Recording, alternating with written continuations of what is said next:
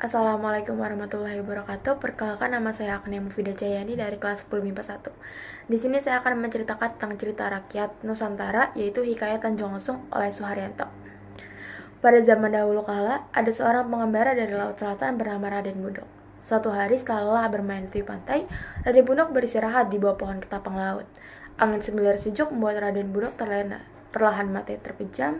Dalam tidurnya, Raden Budok bermimpi mengembara ke utara dan bertemu dengan seorang gadis yang sangat cantik. Hati Raden Budok terpesona oleh kecantikannya. Tanpa disadarinya, melangkah mendekati gadis yang tersenyum manis kepadanya. Dilihatnya tangan gadis itu diulurkan kepadanya. Raden Budok pun mencoba untuk menyambut uluran tangan gadis itu. Tapi terkejutnya dia, suruhan pohon ketapang mengenai dahinya. Raden Budok terperanjat dan terbangun dari tidurnya. Dengan perasaan kesal yang diraihnya, mengomel itu dan dibantingnya keras-keras. Ia mengoceh ke aparat, gerutunya.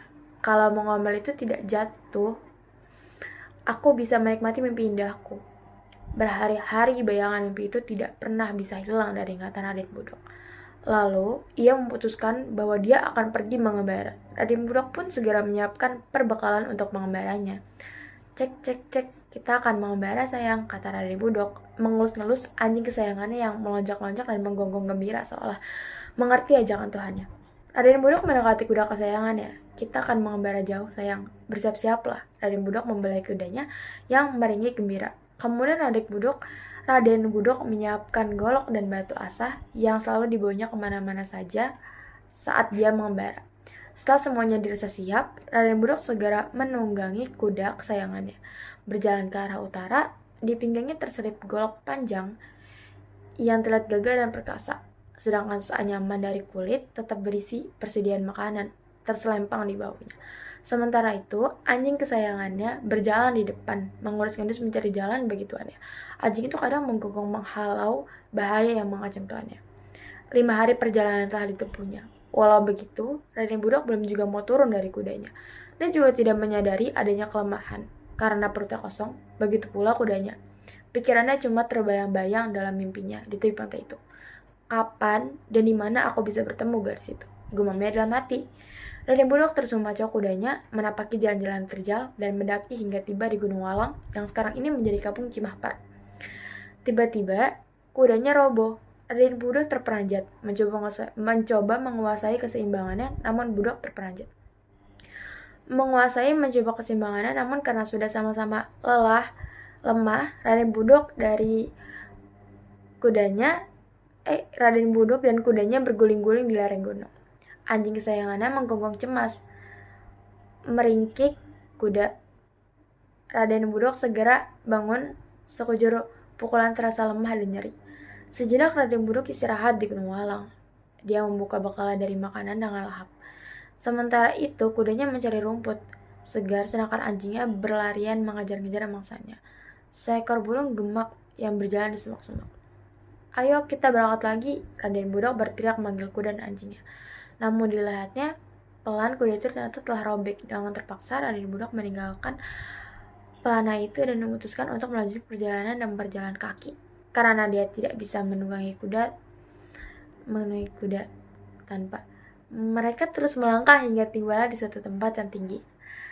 Tali alas namanya, yang sekarang disebut pilar. Dari tempat inilah Raden Budok dapat melihat laut yang biru, membentang dengan pantainya yang indah.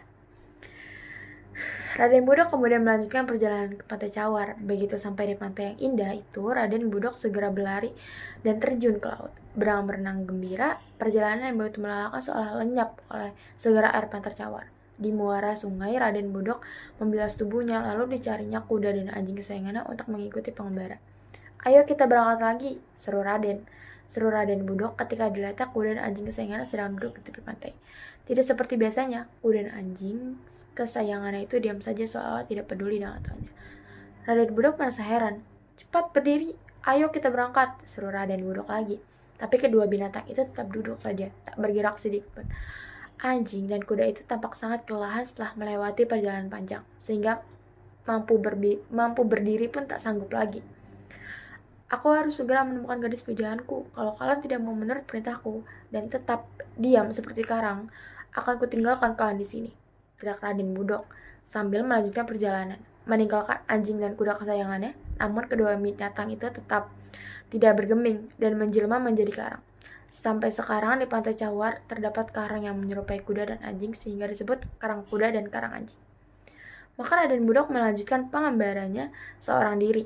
Dalam benaknya telah ada kesayangan lain yang ingin segera ditemukan. Gadis pujaan yang muncul dalam mimpinya itu benar-benar memenuhi benaknya, sehingga golok pun tertinggal di Batu Cawar. Kini Raden Budok hanya membawa tas kulit tetap terap beserta batu asah di dalamnya. Sampainya di Lagon Waru, Raden Budok kembali merasakan kelelahan. Sendi-sendi di tubuhnya terasa lunglai, tapi Raden Budok tidak ingin beristirahat sebentar. Dia terus mencoba melangkah dengan sisa tenaganya. Benda ini rasanya sudah tak berguna, hayati pundakku. Benda ini rasanya sudah tak berguna, hanya menyakiti pundakku saja. Lebih baik kutinggalkan di sini, gumam Raden Budok. Diambillah batu asa itu dari dalam tasnya dan diletakkannya di tepi jalan. Biarlah batu ini menjadi kenangan, gumamnya lagi. Demikianlah sampai saat ini Lagon Waru terdapat sebuah karangan yang dikenal dengan Karang Pangasahan. Berhari-hari Raden Budok terus mengembara perlindungan pesisir pantai. Wajah gadis yang dimimpinya mewujudkan pikirannya. Sepanjang perjalanan, semangat dalam mempertahankan rasa bosan, lelah, dan letih tak dihiraukan. Juga pakaian yang mulai lusuh dan tubuh yang berdebu-debu. Suatu saat ketika hujan turun dengan derasnya, Raden Budok berlindung di bawah pohon di balik pasir. Tiba-tiba berhamburan penyu-penyu besar dan kecil menuju laut. Penyu-penyu itu seolah gembira menyambut datangnya air hujan. Tempat itu kini dikenal dengan nama Cipenyu. Sesaat kemudian Raden Budok melanjutkan perjalanannya. Setelah mengambil daun pohon lengkap yang dijadikan payung agar tidak kehujanan. Namun hujan terus melebat, tidak ada pertanda akan reda. Mendung tampak semakin hitam dan bergerak dari selatan menuju utara. Mudah-mudahan ada di sini. Aku harus berlindung dan beristirahat di sekitar, gumam Raden Budok. Dan dilata gembiranya Raden Budok ketika sebuah bukit karang yang menjorok. Raden Budok pun mengambil langkah dan masuk ke dalam gua. Tutupnya pintu gua dengan daun lengkap, sehingga gua itu pun menjadi gelap gulita. Beberapa saat Raden Budok beristirahat sambil menunggu hujan reda. Tapi Raden Budok merasa tidak nyaman berada di gua yang gelap gulita itu. Dibukanya daun lengkap yang menutup pintu gua, seberkas sinar masuk. Ternyata hujan telah reda. Raden Budok pun keluar dan ditutupnya kembali mulut gua itu dengan daun lengkap. Sampai saat ini pintu gua tetap tertutup daun lengkap yang dikenal dengan namanya Karang Meompok. Tidak jauh dari Karang Meompok, tibalah Raden Budok di sebuah muara. Sungai yang airnya sangat deras, hujan yang baru saja turun memang sangat lebat, sehingga tidak mengherankan jika sungai-sungai banjir. Raden Budok terpaksa menghentikan perjalanannya dan duduk di atas batu sambil memandangi udara yang meluap. Sayup-sayup terdengar bunyi lesung dari seberang sungai. Hati Raden Budok berdebar rasa puas. Dia merasa yakin di seberang sungai terdapat kampung tempat tinggal gadis pujaannya yang selama ini dia cari. Dasar kali banjir, gerutu Raden Budok. Tak sabar menunggu banjir surut. Tempat ini sampai sekarang terkenal dengan Kali Caah yang berarti kali banjir. Karena sudah tidak dapat menahan sabar, Raden Budok menyeberangi sungai itu. Walau dengan susah payah dan dengan seluruh tenaga yang dipunyai masuk ke kampung, Raden Budok beristirahat mengitari pandangan ke arah kampung. Hatinya mulai merasa tenang karena akan segera bertemu dengan gadis yang dimimpinya. Di kampung itu tinggallah seorang janda bernama Nyi Siti yang memiliki seorang anak gadis yang sangat cantik. Sri Pohaci namanya. Setiap hari, Sri Pohaci membantu ibunya menumbuk padi menggunakan lesung yang dipukul-pukulnya. Itu menimbulkan suara yang sangat merdu dan indah. Oleh sebab itu, setiap kali selesai menumbuk padi, Sri Pohaci tidak segera berhenti, tapi terus memukul-mukul lesung itu hingga terangkatlah nada yang merdu dan enak didengar. Dimulai dari sini, akhirnya banyak gadis kampung yang berdatangan ke rumah Nyi Siti untuk ikut memukul lesung bersama Nyi Pohaci. Sri Pohaci. Kebiasaan memukul lesung akhirnya menjadi tradisi kampung itu. Sri Pohaci merasa gembira dapat menghipun gadis-gadis kampung bernama lesung permainan ini oleh Sri Pohaci diberi nama ngagondang, yang kemudian dijadikan acara rutin setiap akan menanam padi. Tapi pada setiap hari Jumat dilarang melesung karena hari Jumat adalah hari yang keramat bagi kampung itu. Raden Budok yang sedang istirahat di pintu masuk kampung kembali mendengar bunyi yang mengalun merdu. Kemudian dia berdiri dan melangkah kaki menuju ke arah sumber bunyi-bunyian itu. Bunyi lesung terdengar semakin keras. Di dekat sebuah rumah, dilihatnya gadis-gadis kampung sedang bermain lesung. Tangan mereka begitu lincah dan terampil mengayunkan alu ke lesung, membentuk nada-nada mempesona. Tapi yang lebih mempesona, Raden Budok adalah seorang gadis semampai yang cantik jelita. Gadis itu mengayunkan sekaligus memberi aba-aba pada gadis-gadis lain. Gadis itu adalah pemimpin dari kelompok gadis-gadis yang sedang bermain lesung itu. Merasa ada yang memperhatikan gadis itu, Sri Pohaci memberi syarat kepada gadis-gadis lain untuk permainan-permainan. Gadis-gadis itu pun pulang ke rumah masing-masing, begitu pula Sri Pohaci. Di dalam rumahnya ia bertanya kepada Sri Pohaci, mengapa permainannya hanya sebentar. Sri Pohaci lalu menceritakan bahwa dua ada seorang laki tampan yang belum pernah dilihatnya. Laki-laki itu memperhatikanku terus, aku jadi malu, Bu, kata Sri Pohaci. Sesaat kemudian terdengar suara ketukan pintu. Sampurasun, Rampes, jawab Nyi Siti karena seraya berjalan menuju pintu dan membukanya secara perlahan. Dilihatnya seorang pemuda yang gagah lagi tampan berdiri di depan pintu. Belum sempat Nyi Siti berbicara, pemuda itu sudah membuka-buka suara. Maaf mengganggu, bolehkah saya menginap di rumah ini? Nyi Siti tentu saja kaget mendengar permintaan dari orang yang tak dikenalnya. Kisana, ini siapa? Dari mana asalnya? Mengapa pula hendak menginap di sini? Saya belum kenal dengan Kisana, kata Nyi Siti.